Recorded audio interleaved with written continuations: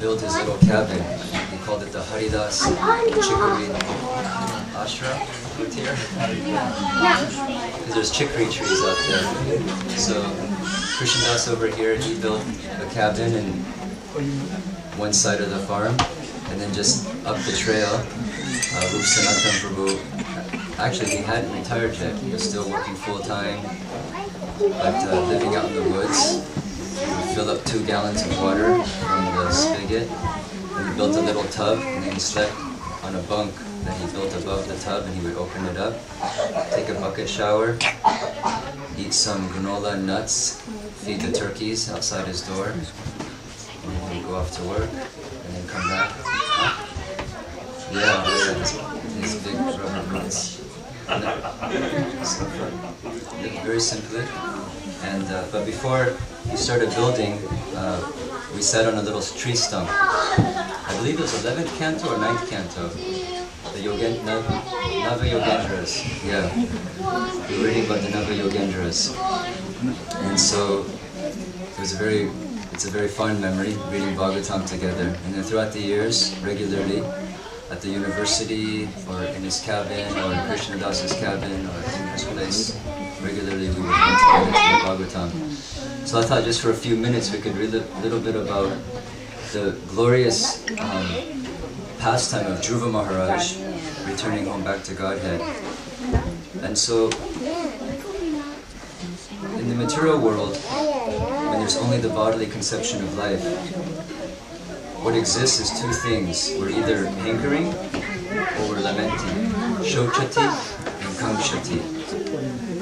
But for a spiritual realized person, they're on a platform which is called Brahmabhuta, Prasanatma.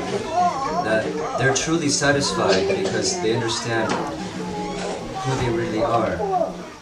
And so, just like a kitten, when a kitten is in the so-called sharp fangs or the jaws of the mother cat, what's the emotion? What is the emotion that, although maybe we don't exactly know, because unless some of us can speak to cats, which some may be able to, those who are highly advanced souls in touch with spirit, but in general, what is the emotion that we can perceive when a mother cat is holding on with her jaws to the baby kitten? What's the emotion of that little kitten, most likely? Protection. Protection? Anything else? What other emotion could one guess? Love. Love? Surrender? Attachment? Okay. Trust, yeah. So even though she's in those jaws. Now how about that little mouse that's running outside the barn, and that little creature is in the jaws of that same mother? What's the emotion that's going on? Terror? Fear? No. Just get me out of this fearful, terrible situation. And we can see it just by observing that little mouse. It's running for its life, it's trying to struggle out of there. And then even when we see that mother cat, we might even have an emotion of, let it go, right? Let it go, what are you doing? But then when we see that little kitten in the mouth, we think, oh, what a beautiful mother holding on to that little baby, and how sweet. These 2 emotions even run through our minds. So similarly, for one who's on this Brahmabhuta platform, on the self-realized platform, even when they're approaching this moment of death, there's no fear ultimately, because ultimately they feel that supreme comfort on the spiritual platform.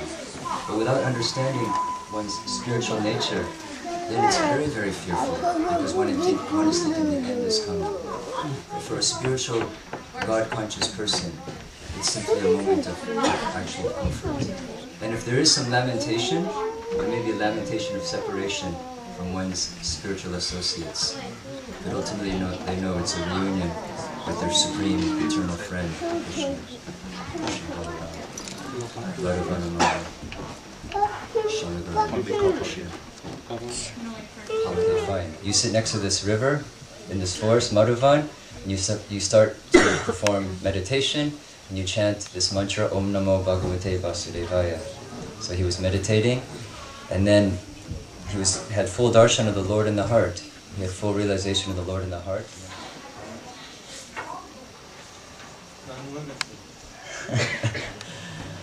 Dhruva Maharaj, okay, here we go. Dhruva Maharaj goes back to Godhead, 543. Forgive me.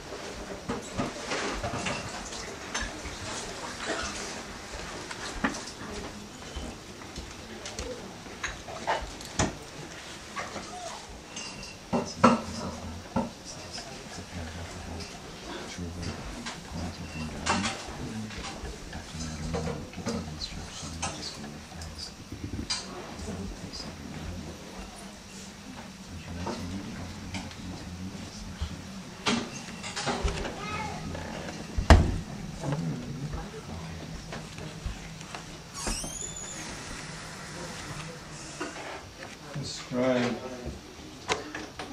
by pure devotee is so much more powerful. Here we have my dear boy, and therefore with which with all good fortune for you, you go to the bank of the Yamuna, and there is a virtuous forest named Madhuval. Yeah, the virtuous is to be purified.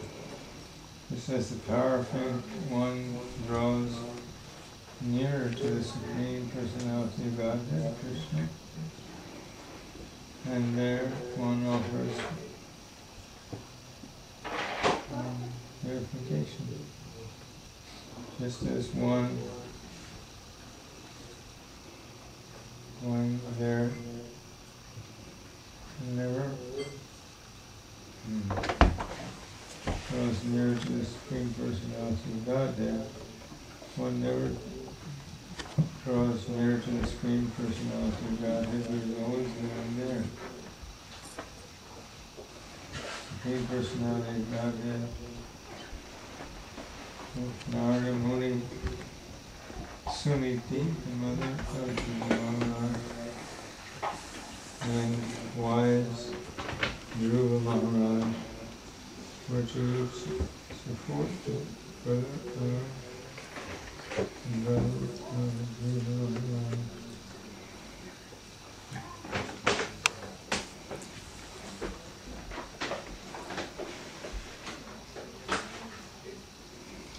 Dhruva Maharaj worship the mother of the Supreme Personality of Godhead. Now, Narada Muni is especially giving him direction because of how this beautiful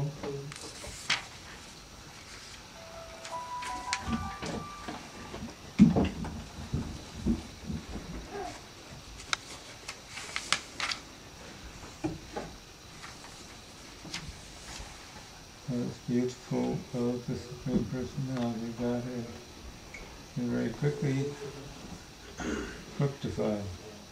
He recommends that the Dhruva Maharaj go to the banks of the Yamuna, where the forest in the name of Madhavan and begin his meditations and worshiping there. Places of pilgrimage can yield a special meditation and special worship there. The places of pilgrimage is a special advantage for the devotee in regards to advancing his life. The life of Krishna was fully everywhere, but there is still life for everybody. It is still very easy to approach him. Holy Krishna was for a devotee quickly advancing in his spiritual life. Krishna everywhere is with him. But still there is the very easy to approach when holy Krishna is everywhere. But there is very easy to approach him in the holy place, in this pilgrimage, because there are these places, there are places by great sages. And the pilgrimage is because they are set very easily to approach him in this holy place of pilgrimage. Because of being those holy places, there are inhabited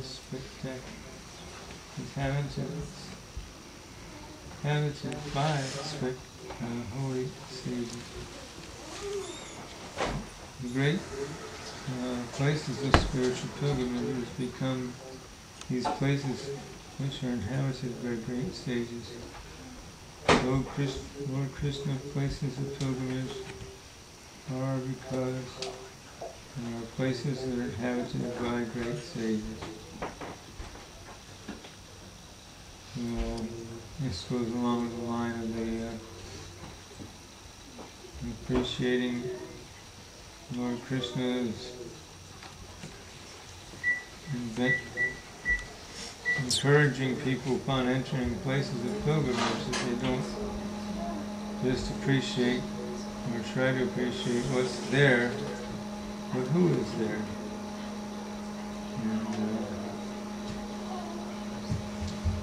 And the place of worship is just as important as the worshiper one is looking for. The place of pilgrimage could yield special advantage for a devotee in equally advancing his life. Lord Krishna lives everywhere, but it is still very easily approached. Very easy to approach him in the places of the holy places, because these are places inhabited by us great sages.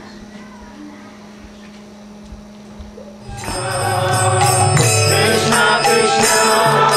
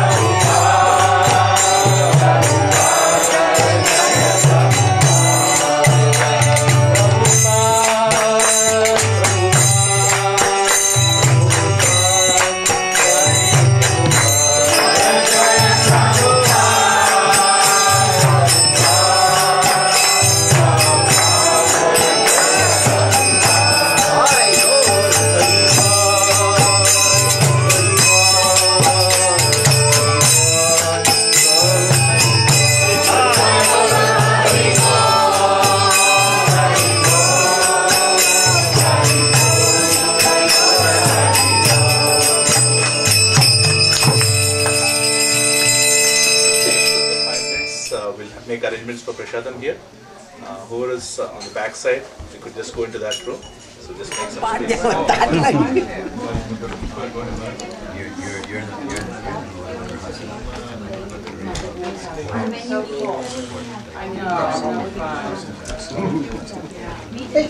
You're